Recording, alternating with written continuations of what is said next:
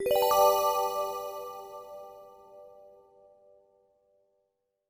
this lecture, we're going to speak about arrays in JavaScript.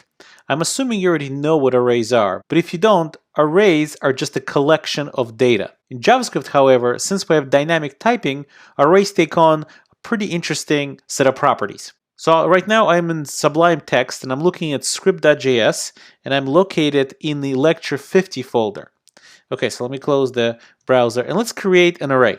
So let's call it var array and we'll say new array. Once I created the array, I could now set items into that array. And arrays are zero based. So I could say 0, and let's say in the first position, which is position 0, I'll place a string and I'll use my name, Yaakov.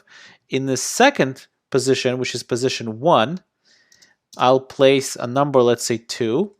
In the third position, which is 2, I'll place a function. And let's say it's going to be a function that you could pass a name to. And let's put a semicolon there.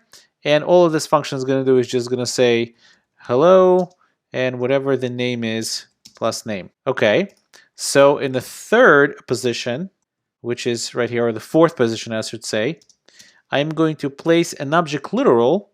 We'll put a semicolon over there. And the object literal will say course, that's the property name, and the name of the course is HTML, CSS, and JavaScript. Okay, so here's my array. And if I do a console.log on the array itself, you'll see that we have the array. And as you can see inside the array, we have different types of objects stored there. Some are just primitives, and some are strings, some are functions, which are also objects, and some are just object. So because of dynamic typing, in JavaScript, I'm able to store different types of objects in the same array, which is not true of most languages. Most languages, when you have an array and you store data in an array, the data in one particular array has to be of the same type. And if you want to have more than one type, you have to separate it into separate arrays. And just like I set the values using this brackets operator, I can also retrieve the values using the brackets operator. So for example, I could say console.log and I can output array sub1 or sub1 right here. So array sub1 meaning I want to go to the second item in the array, which is right here, and I want to output it to the screen using a console.log. So if I save that and you see it prints out 2. Furthermore, since at position 3, or really at index 2 here, we have a function, I can invoke this function very easily using the array notation. So I'll say array, and it's at position 2. So I'll say position 2. And now since at position 2 is the value, what's sitting in here in this position 2 is the value of the function. So that's the function value. Not the return of the function, but just the function value. Which means, in order to invoke it, all I have to do is put parentheses after it.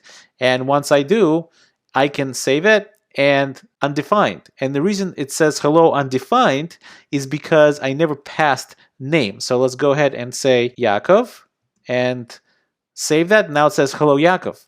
But I can even do something more fun than that. I can actually pass in the array because I already have Yaakov stored right here. So I could say I'm passing in an array and it's in position 0. So now what I'm doing is I'm retrieving position 0 of this array, which is Yaakov string, and I'm passing it to position 2 value, which is the value of the function. So the function is getting executed against the value Yaakov. So if I save that, I'll get again the same thing, hello Yaakov. Likewise, I could certainly retrieve a property of a literal object that is stored inside the array. So I could say here console.log, and I could say array sub3 or index 3, and I could say dot course, and that should print out HTML, CSS, and JavaScript. Let's go ahead and save that, and it says HTML, CSS, and JavaScript. Okay, I can also create arrays using a shorthand array notation. So let me go ahead and comment this out so it doesn't crowd our console. So we'll save it and we'll clear the console. Let's go ahead and say shorthand array creation. Okay, so what we're going to do is say var names, and we're going to create an array simply by providing and empty brackets. So empty brackets now creates an array in the variable names. And what I could do is I could start listing my names. Yaakov, John, Joe, let's see. Okay, so if I do console.log now, on the names, I should say that, or see that array right there, Yaakov, John, and Joe. So that works, great. So now you see there's two ways to create an array. One is kind of a longhand notation where you say new array, and the other one simply by kind of like an array literal, something like that. But so you just use the brackets and you separate the array values by a comma. And again, I could put whatever I want in here. So if I wanted to, let's say, I can actually use spacing here like this. And if I wanted to, I could create an object here. So let's say I could create an object and say name Yaakov and comma, there's another object here. If I wanted to have an object, we'll do name John. And I can actually leave it here because arrays are not restricted to have the same type. So if I save that, and I'll see object Joe, right? So if I actually open that up, it'll let me open this object and you'll see array Yaakov, name Yaakov, and the same one is, second one is name John. Okay, but let's undo that for now. Let's go back to the regular array we had before. And let's go ahead and loop over this array, printing out each name. Let's say hello to each name.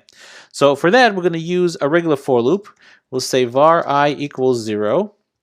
And we need to keep looping until it's the end of the array. Well, there's 3 items in the array. And each array object has a special property called length. And it's not a function, it's just a property that the JavaScript engine sets for you. So array names.length will give me the length of the array. In this case, it'll be 3. So what I'm saying is that I want my loop variable to be 0, 1, and 2, and when it's 3, it's no longer going to be less than the length of the array, and it will quit.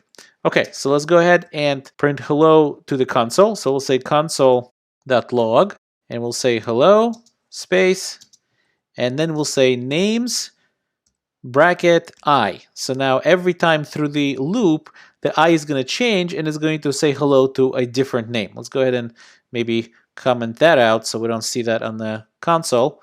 And we save it, and we say hello Yaakov, hello John, hello Joe. Now what's interesting about arrays in JavaScript is that they can even be sparse. So let's go ahead and make some room here. And I could say something like names, and I could say names 100, and I could set that value to be, let's say, Jim. So now we have an array that has 0, 1, and 2 index and an 100 index, and in between there's nothing there. So if I actually go ahead and take that here and paste that loop right here and execute it, what we're going to see is it said hello Yaakov, hello John, hello Joe, and it starts that again, hello Yaakov, hello Joe, and then 97 times it just says hello undefined. Because what we're doing here is we're saying I want you to retrieve names with an index of 4 and 5 and 6 and so on. And those indices just don't exist in this particular array. But 100 does exist, so therefore you see when it gets to 100, it prints out hello Jim. There is one more issue with arrays that you should be aware of, and we'll discuss that issue in part 2 of this lecture.